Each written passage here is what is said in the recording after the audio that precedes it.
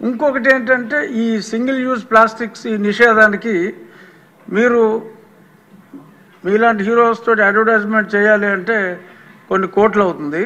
మీరు సంబంధిత శాఖ మంత్రిగా ప్లాస్టిక్ని నిషేధించండి అని మీరు జన సైనికులకి చెప్పారంటే ఎవడన్నా ప్లాస్టిక్ వేస్తే పట్టేసుకుంటారు వాళ్ళు.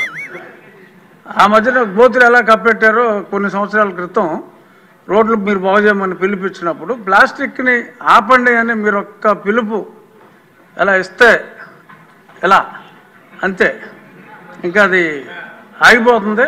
సో కాబట్టి సంబంధిత శాఖ మంత్రిగా మీరు ఆ స్టెప్స్ తీసుకుంటే డెఫినెట్గా ఈ ప్లాస్టిక్ భూతాన్ని అరికట్టాలంటే అది మీ వల్ల సాధ్యమయ్యే అవకాశం చాలా ఎక్కువగా ఉంది. కాబట్టి ప్లాస్టిక్ గురించి మీ అవగాహన ఇందాక మీరు చెప్పారు, ఎక్స్ట్రాడినరీగా మొత్తం అంతా ఎక్స్ప్లెయిన్ చేయటం, తల్లి గర్భంలో కూడా ఈ పొల్యూటెంట్స్ మైక్రో పొల్యూటెంట్స్ ఇలాగే విలేజెస్లో